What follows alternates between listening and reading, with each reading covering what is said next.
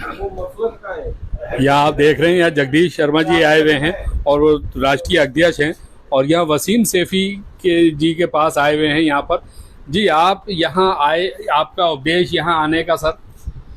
एक तो मैं आपको बता दूं, मैं राष्ट्रीय अध्यक्ष हूं, पर राहुल प्रियंका गांधी सेना का, लोग कांग्रेस का ना समझ लो और बवाल मच जाए आपके चैनल के माध्यम से।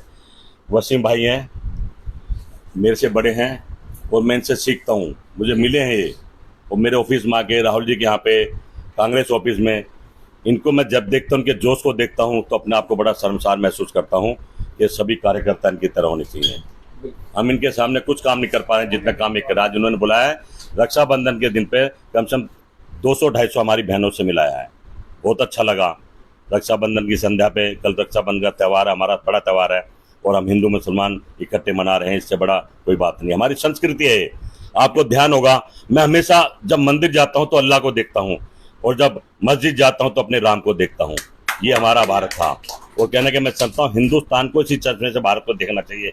कुछ लोग, चंद लोग कह सकते हैं नरेंद्र मोदी जी की टीम इस देश में 10 साल से हिंदू मुसलमान पे ही चुनाव लड़ रही है, अपने वादों पर नहीं, अपनी गारंटी पर, अपनी बातों पर नहीं। 10 साल से लगातार, 11 साल से बोल रहे हैं, लाल किले से झूठ बोल रहे हैं, और कह रहे हैं कि मैं करप्शन को खत्म करना चाहता हूं।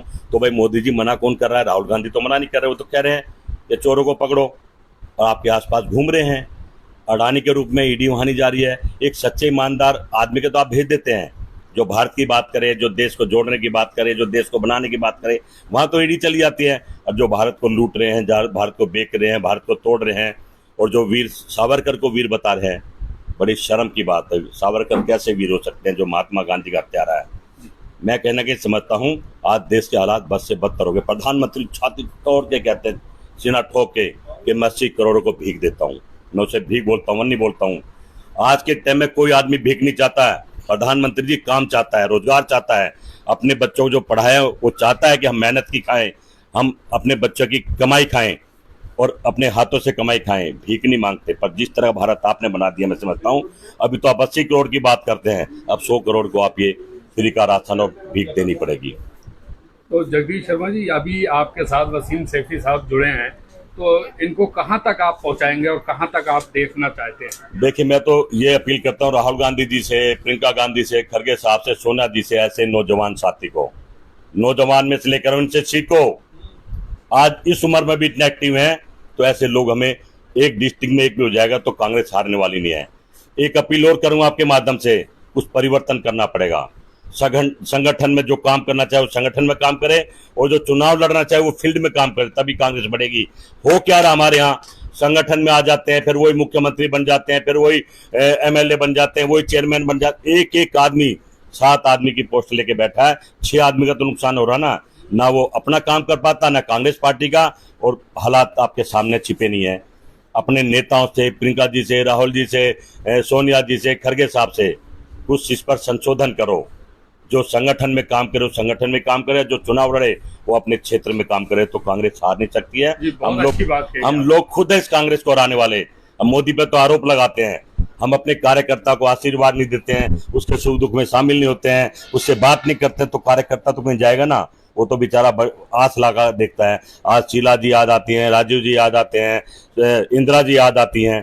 कार्यकर्ताओं में खड़ी होती थी वो, इसलिए देश पर अपना जो है राज कर गई, देश के लोगों के दिलों में घर बना गई।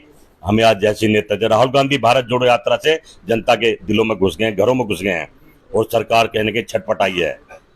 मैं खुद हैरान हूं, जब हम भारत जोड़ो यात्रा में सैफी भाई के साथ चले, केरल से शुरू करी हमने, तो हम सोच रहे थे कि छठे दिन हमारे हालात खराब है, राहुल गांधी जी कैसे निकलेंगे।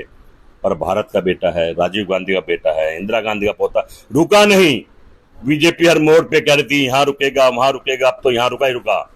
पर उस आदमी की हिम्मत, और उस समय फैन उसी दिन से होगा था, उसके अंदर कोई आत्मा थी, कोई प्रभु था, कोई अल्लाह या राम का वो था, आशीर्वाद था, जिससे वो रुके नहीं। पूरी भारत जोड़ो यात्रा करी और पूरा देश जोड़ दिया, रुका नहीं। सुबह 6 बजे उठ के चल देना, चलता ही रहा, और आज तक चल रहा है। डरो मत, मैं तुम्हारे लिए खड़ा हूं। चाहे तेली हो, नाई हो, मोची हो, ड्राइवर हो, होमगार्ड वाला हो, पुलिस वाला हो, किसान हो, महिला हो, मजदूर हो, हर आदमी के साथ कहता है मैं तुम्हारा बेटा हूं, तुम्हारा भाई हूं। मुझे राहुल गांधी जी मत बोलो, राहुल गांधी बोलो। अभी ये संसद के अंदर कुछ दिन पहले राहुल गांधी के लिए अपशब्द बोले गए थे कि जिन्हें जाति का अपनी का पता नहीं, वो जनगणना कराने चले हैं। अनुराग ठाकुर साहब ने ये कहा था, तो इस पे आप क्या कहना चाहेंगे? देखिए, तो मैं तो क्या कहूँगा, पूरा देश कह रहा है अनुराग ठाकुर है और बाप क्या था।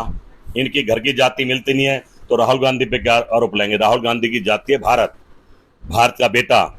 ना तो उनका प्रधानमंत्री भारत का बेटा बना, गंगा गया गंगा का बेटा, जमुना गया जमुना का बेटा, गुजरात गया गुजरात का बेटा, बिहार गया बिहार का बेटा, भगवान के मंदिर में गया तो वहां भी भगवान से बड़ा बनने की कोशिश कर रहा है। ये धरती पे रहना जब तक नहीं सीखेंगे, और आज तो हालात बद से बदतरों के छिपे नहीं है।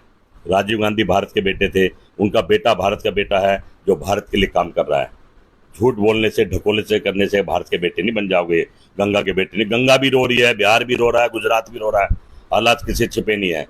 पर ये झूठ बोलने में इतने बेशर्म हो गए हैं तो अब शर्म भी इनसे शर्माती है। मैं आखिरी सवाल एक वसीम सैफी साहब से पूछूंगा।